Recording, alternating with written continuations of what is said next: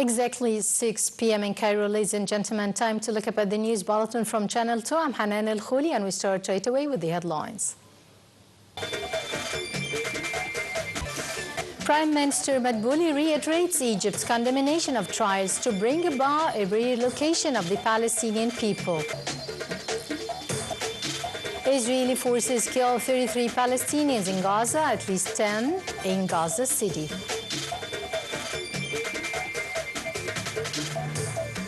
And Super Typhoon Ragasa soaks Hong Kong. Death toll rises in Taiwan.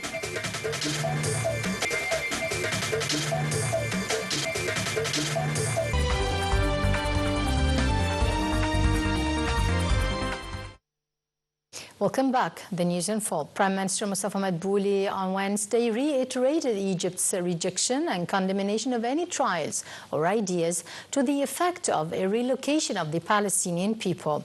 Participating in a meeting over the next day and support for stability in the Gaza held at the United Nations, the Prime Minister warned that relocation ideas would only extend and prolong the conflict to levels beyond control. The Prime Minister added that Egypt welcomed all efforts seeking a political settlement of the Palestinian question, including ongoing mediation endeavors to reach a ceasefire in the Gaza Strip, ensure an end to the bloodbath, and provide relief for the Palestinian people. Madbouli pointed out that Gaza should be treated as a part and parcel of the Palestinian state, and that both the Gaza Strip and the West Bank should be governed by a single ruler, that is the Palestinian Authority.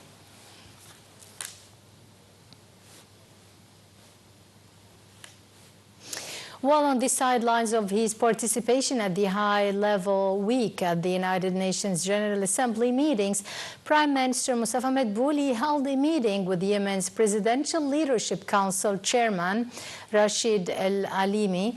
Madbouli asserted Egypt's support to Yemen's legitimate government led by the Council, adding that Cairo looks forward to ensuring Yemen's unity and stability as it constitutes an important part of regional security.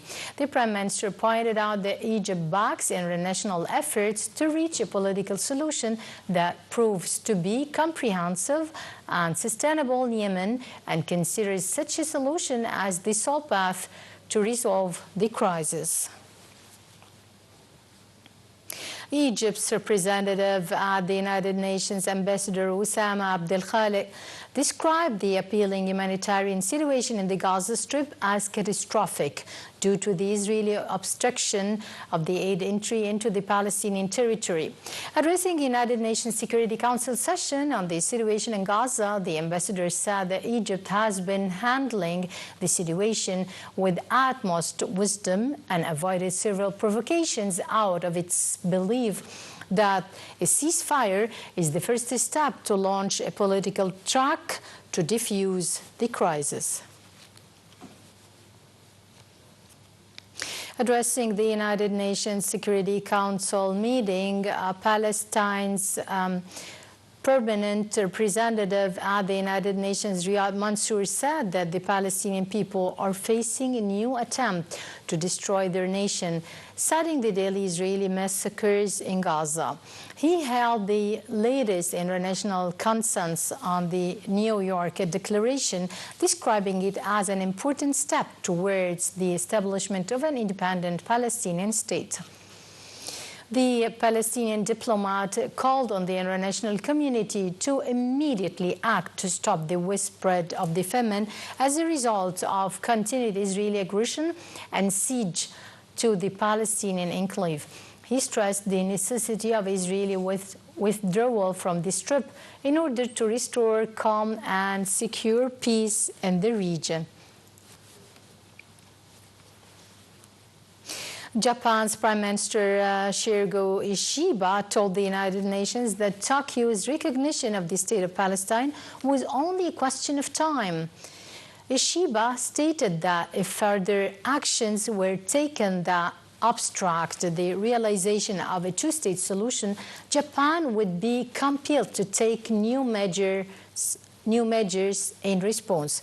The Japanese Prime Minister invited Palestine to assume its role as a responsible member of the international community, adding that the Palestinian side must establish a system of governance and that ensures accountability.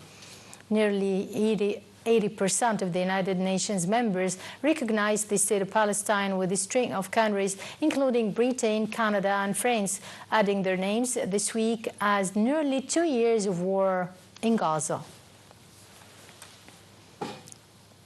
Minister of Foreign Affairs Badr Abdelati today cheers the close historic ties binding Egypt and Cyprus, saying that it's looking forward to continue coordination on all levels in the framework of Cyprus' presidency of the European Union Council by 2026. Egypt's top diplomat made these remarks in a meeting with Cyprus Foreign Minister Konstantinos Kompos on the sidelines of the 8th United Nations General Assembly meetings in New York. Abdelati pointed out that the absolute significance of enhancing the strategic bilateral cooperation and the emergency file in the Eastern Mediterranean region.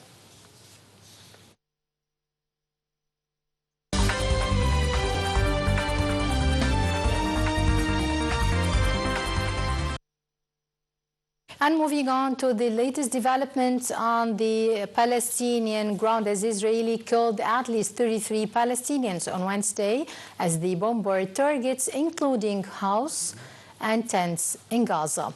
The territory's civil defense spokesperson said that at least 10 of the killed were in the Gaza city. Mahmoud Basel added that at least 7 deaths, most of them children, and a large number of injuries were the result of the 3 Israeli airstrikes on a Gaza municipality warehouse.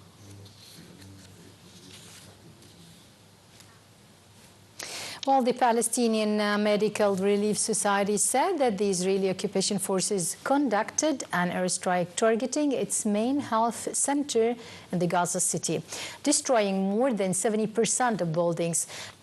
2 Palestinians were killed by Israeli fire in the West Bank since overnight as the occupation forces intensified their military operations amid ongoing war in the Gaza Strip. 20-year-old Saeed al-Nassar was killed in the Al-Mughayir village on Tuesday evening after several armed settlers who were hurling cattle near homes on the eastern side of the village opened fire on residents there, critically wounding them. Israeli settlers in the West Bank also served the army and sometimes carry their weapons with them when off duty. In a separate incident, the Palestinian Health Ministry said that Israeli forces shot dead a man in his 20s in the West Bank town of Anza on Wednesday. The Israeli military admitted killing the man, saying that he hurled an explosive device towards Israeli soldiers operating in the area.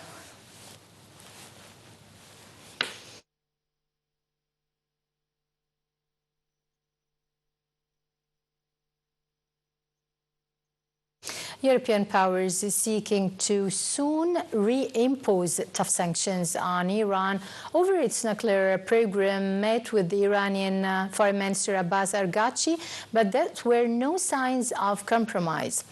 There was, however, an agreement to continue talks as the clock ticks on the reimposition of deep sanctions on Iran's economy. Araghchi has until the end of Saturday to reach a deal with his British, French, German, and EU counterparts to avoid the reinstallment of United Nations sanctions, which have been suspended under a deal signed in 2015. Iran and the European blame one another for failure of diplomatic efforts to reach a new agreement on Tehran's nuclear program.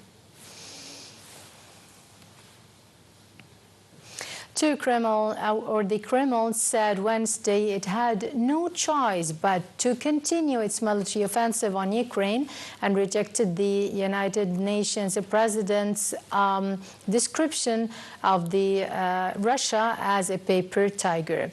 The Russians were responding after Trump's made remarks that were seen as a major shift in Trump's stance on the 3.5-year conflict in Ukraine. Kremlin spokesman Dmitry Peskov told reporters that Russian economy was stable and that Russian forces slow but steadily advance in Ukraine was part of a deliberate strategy with Kyiv on the back foot.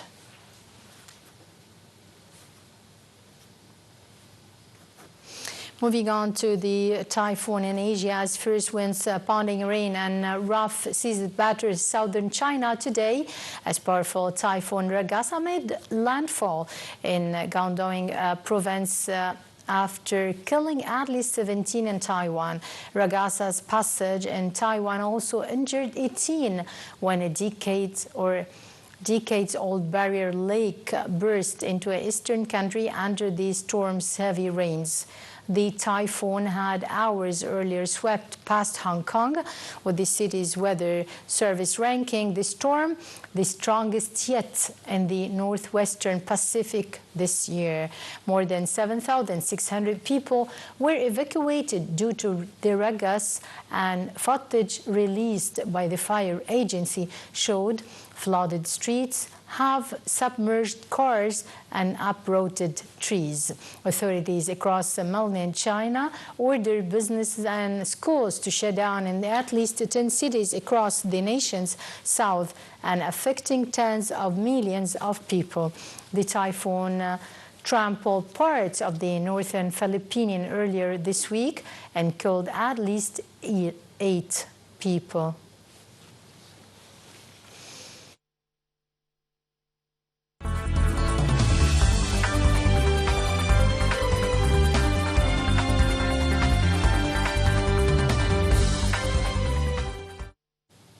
And we start, ladies and gentlemen, our business segment with Egypt's Boursa as it closed higher today amid purchases by local and foreign corporations and investment funds against self-offs by local investors and Arab corporations. The market capital of listed companies added 37 billion Egyptian pounds, exceeding 2.5 trillion pounds at the end of the transactions that reached 56 billion pounds. The benchmark index EGX 30 rose to up 1.67% and above to the 35,000 point mark.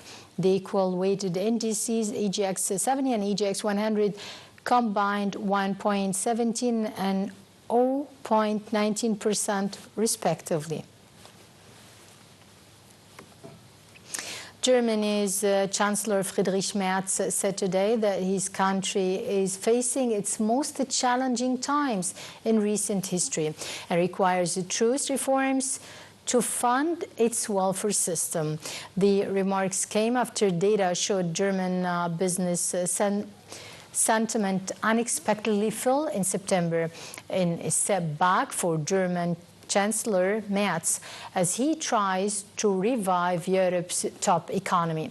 The German Institute's conference Birdmer fell to 87.7 points and down from 88.9 in August, breaking a run of 8 straight increases.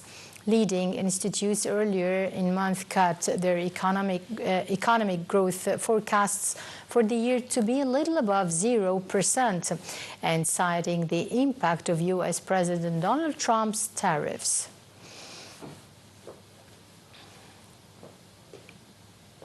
The World Trade Organization held Beijing's decision to no longer seek new special treatment in future World Trade Organization talks, calling it a step towards a more equitable global trading system.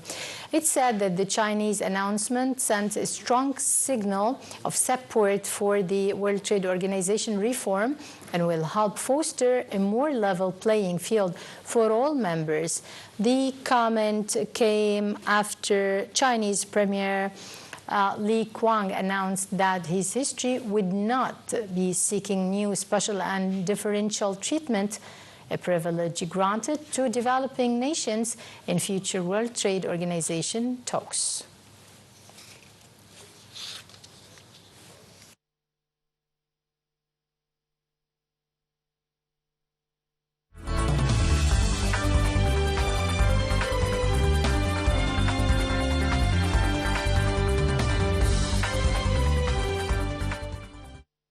And with the amazing news of the sports world, as Pyramids defeated Al-Ahli of Jeddah 3-1 to win the African Asian Pacific Cup.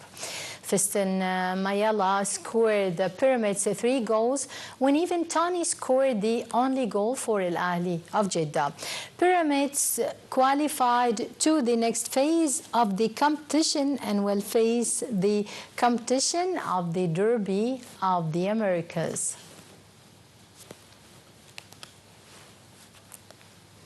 And domestically, Zamalek were held to be 1-1 draw against El Gouna in the 8th round. Well, by this, ladies and gentlemen, we come to the end of our news bulletin for now. Many thanks for watching, and from myself, Hanan Al Kholi.